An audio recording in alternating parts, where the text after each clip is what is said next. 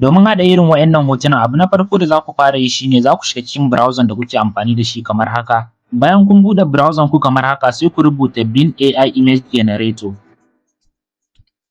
Sai ku danna search.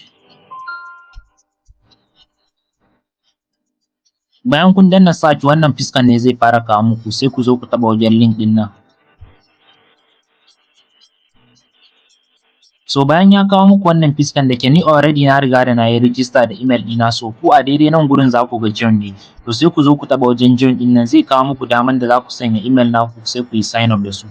So bayan kun yi sign up da su wannan shine fiskan da zai fara kawo muku. So a daidai wannan box ɗin kuma abin da za ku rubuta domin samun irin waɗannan hotunan da kuka gani a farkon bidiyon nan shine wannan shine abin da za ku rubuta musu a daidai nan gurin. Zan ajiye muku wannan rubutun a first comment ko kuma a description ɗin wannan bidiyon. A daidai nan gurin da aka rubuta just Abdul ɗin nan sai ku zo ku yi editing ku sanya sunan ku, idan kuma kuna so ku yi wa wani ne sai ku sanya sunansa.